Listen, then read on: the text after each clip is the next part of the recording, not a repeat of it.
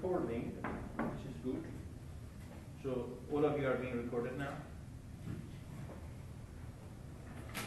25 minutes.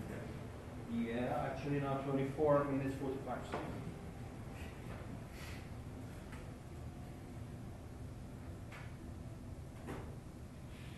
Okay. Akels has started talking about the arithmetic operations, right?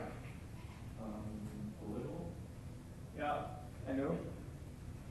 So what we want to do, we want to continue. I quickly revise the things that you might have seen, which is basically arithmetic operation, and it is the only mathematical things that you basically need for this course.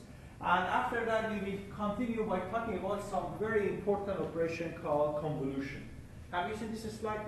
Did we show you this slide? So, what was the arithmetic operation? You know that the typical arithmetic operation that we do is called adding, subtracting, multiplication, division, and so on.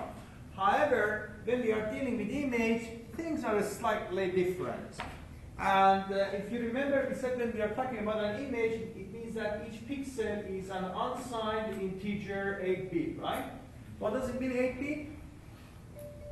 0 to 55. Yeah, we can represent a number using an 8-bit, and if it is an unsigned integer, it means it's between 0 to 255. Now, if I have a pixel whose value is 120, and I have another pixel whose value is 95, if I add them, what do I get? 215. So it's similar to what we had in the history of that, right? So what happens if we have a pixel which is, let's say, 220, and then there's another pixel which is 50, and we add them, what do we get? 255, right? Because it is unsigned integer 8-bit, it means the maximum number that you can get is 255. You cannot go above 255. So although mathematically if you add them you get 275, but the biggest number that we can represent is 255.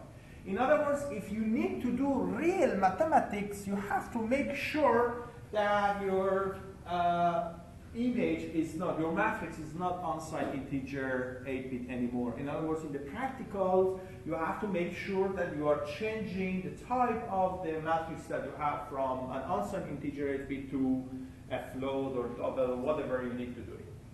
Similarly, for the subtraction, we know that 200 minus 50 as a pixel value, it gives us 150. And we know that 200 minus 201 will give us 0. It doesn't give us minus 1 because 0 is the smallest number that we can represent. So we can do all the operation in mathematics that we want on an image by defining this constraint that it is unsigned integer 8-bit. Unless that we said this is not unsigned integer 8-bit, this is a float and you do all the operation on the float numbers. However, when you want to show it, again you have to do the quantization and make it to be an unsigned integer 8-bit. Also, we can do some logic operation, and the famous logic operators that we know are AND, OR, XOR, and NOT. Right? You remember that if two things are being AND together, the result can be either true or false. Why? Because they are binary operator. So if I'm using AND, what is the condition in order to have true as an output? Everything should be true. If one of them is false, then it means that they are false. In case of OR, if one of them is true, that's enough for you to become true, right? And what about the NOT? Yeah, we are just inverting. We are just inverting. True will become false, false will become true. And what about XOR? For two variables, they have to be toggled. One of them should be true, the other one should be false, in order to have the result to be true. If both of them are the same, like both of them are true or both of them are false, then the result will be false. It used a lot in the printer, for instance, in order to do the checking if you have sent the right bit to the printer and so on. Here you can see an example of, for example, these binary operations. assume, because binary operation means true or false, it means we need to have only one bit representation. You are either 1, white, or you are 0, which is black. So here we have a binary image, a plate number, and what we are doing is we are finding an inverted. We find a knot of that one. In other words, whatever was black will become white, whatever was white will become black. Remember, in binary image, black means 0, white means 1, right? So how many bits do I need to represent? Only 1. Let's say that we have also image B, which is a mask. We have lots of white part, and we have lots of black parts. And what we do, we are ANDing the image A and image B, and this is what we get as a result of ANDing. Because these are all false, and while I'm ANDing with the false, you see that if you become 0, if you become false. In case of ORing, what happens? What happens with the ORing? Oh. Both are accepted. If one of them is white per pixel, if one of them is white, what happens? It will become white. Let's start from every single pixel. Here, for example, this corner, it's black. This corner, it is white, so it means it will become white. So apparently everything around this olive will become definitely white. Yeah. And what happens inside the olive eclipse part, it is all 0, so I have to look at the image. This part, those pixels which are white will stay white, those which are black will become black. You know that this is a very famous notation, that if you have a bit x and you are ANDing it with 1, you will get x. If you have x and you are ORing it with 0, you will get x. If you have x and you are ANDing it with 0, you will get 0. If you have x and you are ORing it with 1, you will get 1. Right? Here, this was an example. Maybe Eggers has done a practical, or maybe he will do, or I will do a practical on that if he has not done it. But you can do it on the grayscale image. For instance, we have our famous Obelix, and we define a mask, and we can do an AND and OR. This operation that we are doing, actually in image processing, in a high-level image processing, it has a name. It's called masking. Why? Because you are masking out so many things, and you are keeping something that you are interested in, right? Now, another thing that we do is called subtraction. Subtraction also plays an important role. For instance, it helps us in order to find out what are the differences between two images that we have. When I was a kid, actually I do it now even, there was this game that they show you two photos and tell you that what are the differences between them, or what are the changes. So you have to see what are the changes that has happened. Practically what your brain does, it takes one of the images, it subtracts the other images and tells you that what are the changes, right? The same thing can happen with the subtract. For example, we have two images. This is a very famous image. It's called fractal image. We will talk about this fractal image later when we are talking about the image enhancement. In the fractal image, what happens is that these two images, they are not the same. They have changes. And nobody can look at them and tell you what the changes are, because they are so minor that the human eye cannot detect it. However, you can subtract these two, and if you subtract these two, you will get this. Do you see the changes? No. Why? No. Because they're so small, very close to 0, that your eye cannot understand where the differences are. Why our eye cannot understand where the differences? There are lots of differences in here, but why our eye cannot see it? It's not evolutionarily important. No, but why? It's complicated. If you remember, maybe it was on the second week, I told you about illumination and contrast, and I said that our eye is sensitive to contrast. Here the contrast is so low, and our eye is lower than the sensitivity of our eye. That's why we will not be able to see. Eggers talked about histogram equalization, right? So what we do, we can use a histogram equalization. In other words, we are trying to exaggerate these contrast values. So you will be able to see the changes which are here, and you will be able to see that we have actually a huge amount of differences. I mean, a huge quantity of differences. Amount is not the correct word because the values are very small, right? Huge quantity of differences between these two images. Now, this was a fun work, but in reality it has also lots of practices, especially in biomedical imaging. What happens sometimes, I hope none of you do, but sometimes people have cancer and they go to do, I don't know, some type of CT scan or some type of scans. And what happens before they do the shooting, they inject some specific material into their body. And yeah, so these materials goes inside the body and then you can scan it. Still, the doctor cannot be able to see it unless they find the difference of before injecting this material and after injecting the material, and then they calculate the difference, they will be able to understand what happens, right? So this very simple operation is a very crucial thing that happens in the medical imaging. The next thing that we want to talk is called image averaging. We will use the word averaging in two forms in this course. One of them is called image averaging, which I will teach you now. Another one called averaging filter. So image averaging and averaging filter, which we will talk about it towards the end of today's lecture. So let's start by see what is the image averaging. How can you calculate, what's your name? Hans. Hans, how can you calculate average of something? Well, for pictures, you take 2 pixels. No, let's say numbers.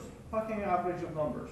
How can you add 2 of them and then divide by 2. By 2. Or if you have many, you are adding many of the numbers, you divide by that many that you have. Now, when you have an image, it means that you have lots of values here, and corresponding to that in the same size, you have lots of values, and one by one, we can add them and divide them by the total of numbers that you have, right? So it's pretty simple.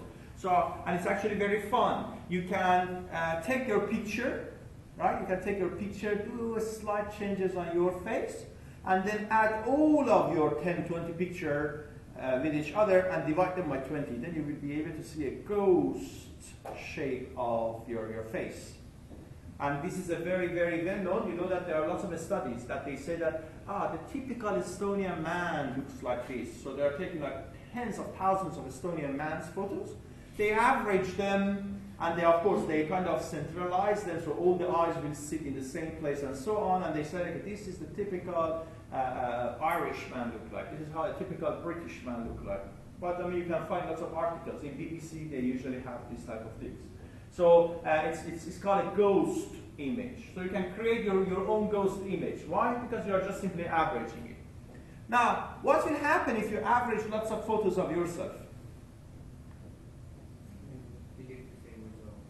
You don't get the same result. You get the same person, but you don't get the same result. What happens is that slight changes that you have, they start to vanish. Right? They start to vanish. If I tell you that you have a number 100 and you have number 60, what's the average? 80. So it's not 100, it's not 60, right? But it's corresponding to the sets that you have. So if you are taking lots of photos of yourself, given that there are even some minor changes, so you will be able to see yourself, but you will see that some of the wrinkles, for instance, will start to disappear. Most important tip, in case of men, you shave or you have a little bit of facial hair, you will see that they will totally disappear. You might be able to see some halo around your face, but you will not be able to say that, okay, I can see the details of my beard, for instance, on the face.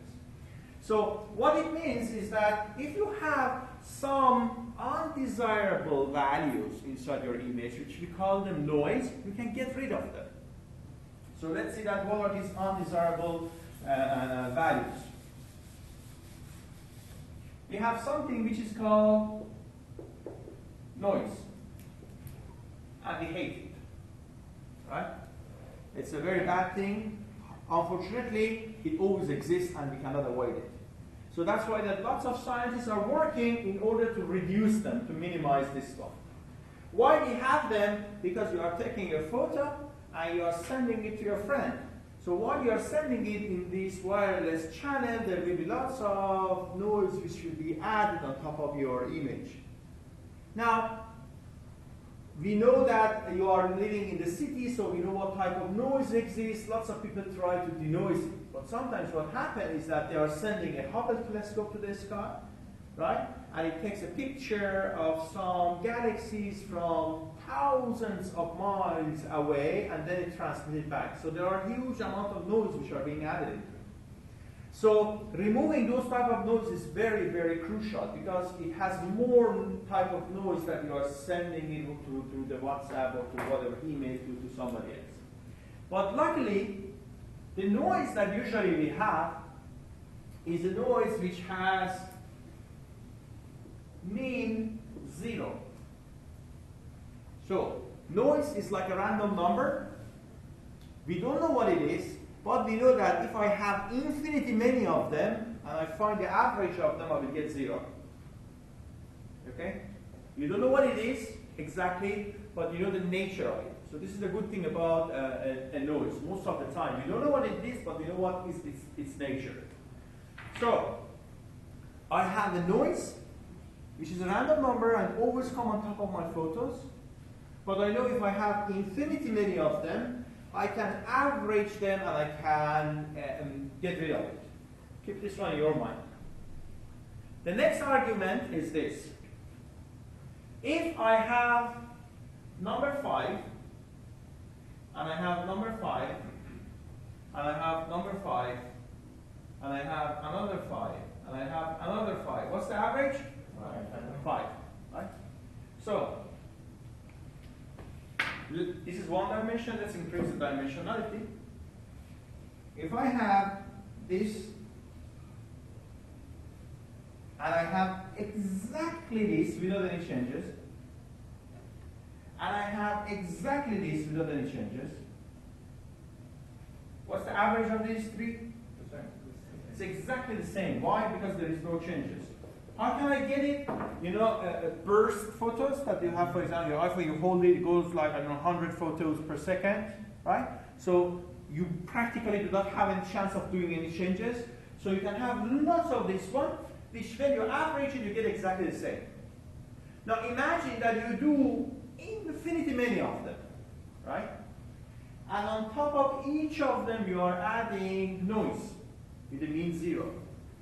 If you are adding one noisy image with another noisy image, what do you get? A noisy image. If you average a noisy image with another noisy image, what do you get? Again, noisy image. However, if you have infinity many of them, look what happens. You have image plus noise, right? This is noise. And if I am adding infinity many of them, and I'm dividing it by total number, which is infinity, it is equal to, it's like that I have an image and I divide it by n, and I have the noise, and I divide it by n. What is this? What is the average of infinity many images which are exactly the same? Itself. So this is I. And this is the average of the noise. What is the average of the noise if I have infinity many of them? 0. So, look what I had. I had an image with the noise, and I ended up to have an image without the noise. So, if we have noise which has the mean 0, what you can do is that you can take lots of snapshots of it immediately, instantly, and then transmit it and give it to whatever happens, and at the end, in the receiver, you just average all of them.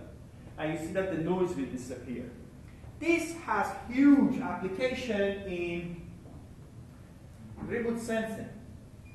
The original image looks like this, of a galaxy, right? If you take one single shot, this is a real image. So if you take one single shot, this is what you are getting. You see, it's very noisy. And you cannot really go and say that this pixel is a noise. You don't know, because the star is already 1 pixel, so you cannot treat the pixel size thing as a noise. So what happens is that if from one scene you take 8 photos, only 8 photos of them, and average them, this is what you are getting. This is absolutely very beautiful. Of course, you can see there are noise if you compare with the ground truth. but it is much more visible than the other one. If you increase this one, for example, to 128, almost you are getting the image without any noise. Why? Because this is a noise whose average is 0, and 128 is big enough to call it infinity. Of course, there will be some noise left, but we don't care much about that. But what happens is that we have a very good quality image. Taking an image like this is very easy. Why? Because it takes a matter of a second to snapshot that many images. Yes? So that same image, in order to improve the quality, did they just take that same single image? Same image, like this one. It is not a copy of this one, because the randomness is like every pixel has different value of noise added to it, but it's the same scene. If you are changing your scene, it will be like your face, which will make a ghost. So the condition that of that equation can be established is that the noise equals to 0. No. The mean of the noise is 0. Yeah, the mean of 0 Yes. is 0, but it also needs to be the mu is 0. Yeah. And if the mu is not 0, and everything makes no sense. Yes, How very, you very can- correct. how We are you very can- lucky that in the world the mean is 0. Why is mu 0?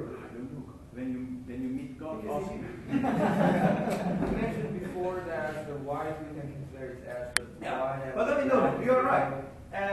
This noise is called white noise. We have so many different type of noises. You will meet some of them in this course. This noise that has the mean 0, we call it white noise. Quite racist, but it is a noise who has the mean of 0. There are so many other type of noises that exist, and you cannot remove it like this, but luckily we know them, so we know how to remove it. Yes, you asked a question, and while he's asking a question, I want everybody to think that why we call it white noise. Yes? So for white noise, the distribution is totally equal, or it's like a normal curve? Yeah. I will answer you while you are answering the question white noise. Why we call it white noise? Some of all colors is less noise. Sorry? Some of all colors that means all colors are something that produces white. Oh, it's like the television, old style television. You know, if you have no signals, then it will like, I don't know. Because the answer is actually answer to Hans. Do you know what's called white noise? Because it's uniform? Sorry? As you said, is it just uniform? I mean, if it was an exam question, both of you would get good mark, but not full mark, because let's get back to the beginning of the lecture, or maybe in the physics. You know that we have different tones of colors, right? We have like R, G, B, and so on. If you know that Newton, what he did, he had this prism when he was playing, and the light came, and he could decompose it to different colors. So it means that if we are composing all of them, what do we get? White. White. So in other words, if you compose all of them, you get white. So if you have all noise on all frequencies, it means that the term all is transported or translated into terms white, because white means that you have all the visible light frequencies covered, right? So that's why they call it white. So it means that it treats all the frequencies equally, but it has the mean of 0. Again, we don't care about it, but just somebody else can be said. Right?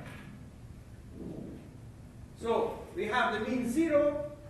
We can remove it by something which is called image averaging. So remember, this image averaging is a pixel operation. In other words, you put all the images on top of each other. Pixel 1 of the first one will be added with pixel 1 of the second one, and so on. Right? So you do not shuffle the pixels. Here is an example that if you look at the differences between the original and the K1, K8, and so on, you can see what happens is that the mean is not to go towards 0. It automatically stops, then we can start.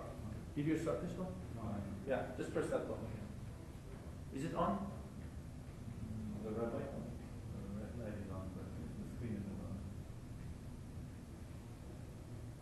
see if